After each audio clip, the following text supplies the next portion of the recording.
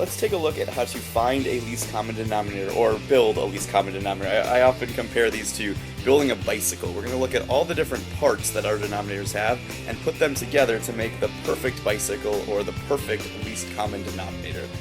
So I've got a few steps to follow along the side. So let's take a look at these two fractions. Now we're not actually going to add them together in this video. We're just going to talk about how to find the least common denominator. Your first step, not surprising considering what we've been doing lately, is to factor all your denominators if you can. In this case, nothing can be factored, or I guess we could say it's already been factored. It's 5 times x squared and then 15 times x. So that first step is done. There's nothing to factor in this case. The next step is something you've done before. Find the least common denominator of the coefficients, the numbers in front of your in your denominators specifically. We don't care about anything in the numerator for this. So 5 and 15. In other words, pretend you're back in middle school or elementary school and you're trying to add the fractions 1/5 and 1/15 together. I mean, that's basically what we will be doing. And so the common denominator you're going to need for that, the numerical parts of your least common denominator, this perfect bicycle we're trying to build, is going to be 15. Now you may find that a few different ways. Some people, hopefully many of you, just know between 5 and 15, 15 is going to be your least common denominator. You may have some other tricks you've used in the past to find a least common multiple or a least common denominator. One thing that you could do if you need to is list out multiples. For example, multiples of 5 are 5, 10, 15, 20, and so on. And then multiples of 15 are 15, 30, 45, and so on. And again, you're looking for the smallest number they both have in common, and in that list, there's that 15 that they both have. So 15 is the numerical part of our least common denominator. And again, you've done stuff like that before.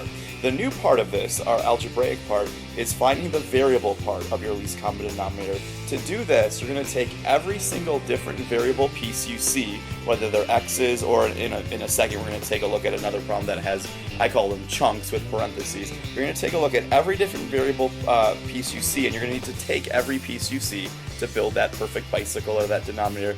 And if both parts have the same variable, you need to take the one that has the highest exponent. So in this case, the variable pieces are x squared and an x. Since they both have an x, I need to take the highest one, the highest power, and in that case, it's x squared. So for this particular example, my least common denominator is going to be 15x squared. And that's all I'm going to do for right now. In our next series of videos, we'll take a look at how to actually add these together using that least common denominator. But for now, let's take a look at a couple more examples. Feel free to skip ahead if you don't need to see these other examples. But if you do want to see them, let's take a look at 2 more ways we're going to build our least common denominator, that perfect bicycle, that perfect denominator we're going to be looking for. This time we have 3 fractions we want to take a look at to find their least common denominator. It doesn't matter if we have 2 fractions or 3 or 10, the process is still the same. First step, once again, is to factor. Before you try to build your least common denominator, you need to make sure all your denominators are factored. The first and third are already done. We can add some times signs in there. 2 times x, and then this x minus 2 is this chunk I've been talking about. That can't be separated, so don't try to take the x and the negative 2 apart. That is one single entity, one piece there. This final one is also factored already, 3 times x plus 2. But this piece in the middle can be factored. Hopefully by this point you're really good at factoring and you recognize the difference of 2 squares. That's x plus 2 and x minus 2. If not, go back and watch some videos about factoring to review that. Alright, so step 1 is done. Everything has been factored. Step 2 is, let's actually start to build our least common denominator, and let's do that first by looking at coefficients. So any numbers we have in front, in this case it's a 2 and a 3. I don't care about these numbers, they're not coefficients, so just look at numbers in front. Between 2 and a 3, the least common multiple, or the least common denominator, if you were trying to add 1/2 and 1/3 together, is 6. And again, hopefully, many of you hopefully just know that. Some of you can make your list of multiples, but 6 is going to be the numerical part of my least common denominator. And then finally, we're going to use the new part, finding the variable part of our LCD.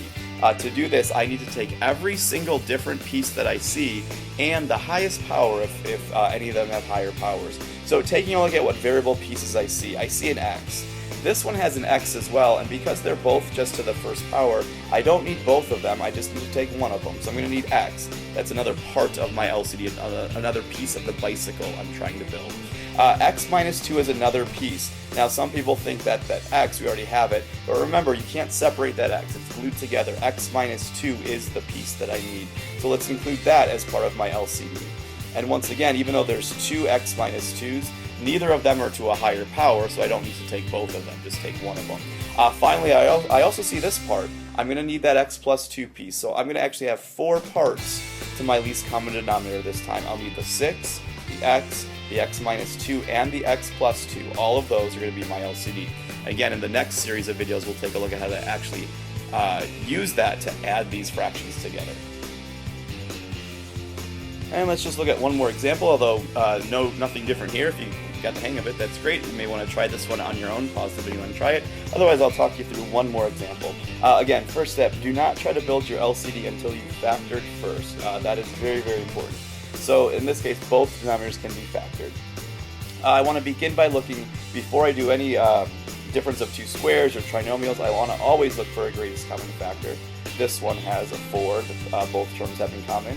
So I'm going to divide out a 4 and be left with this. However, I can factor again because what's left in parentheses is another difference of two squares. And again, if you need help with factoring, I've got a bunch of videos about factoring you can go back and watch. So this has now been factored completely. I'll need those pieces to put together to build my least common denominator.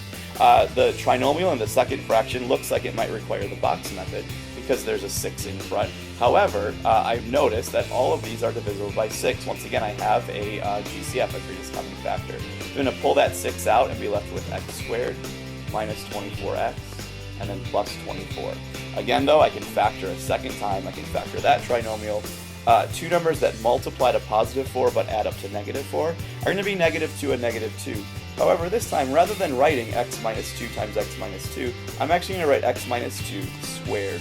And some of you that are really getting the hang of this building the LCD thing probably know why I wrote that to the second power.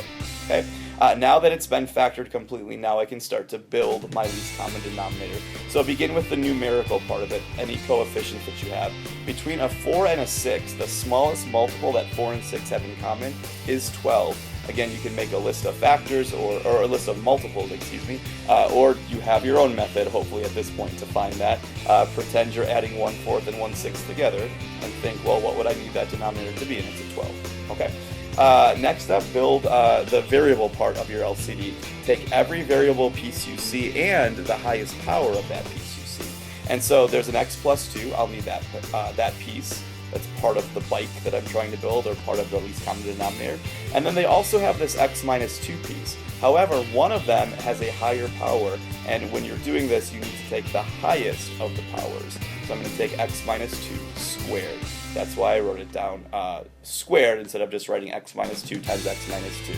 So there's a lot of examples, a lot of information to take a look at of how to build that least common denominator. Hopefully that's helped you. So that's the end of this video. Our next series is going to take a look at now what do we do once we've found this LCD to actually add these fractions together.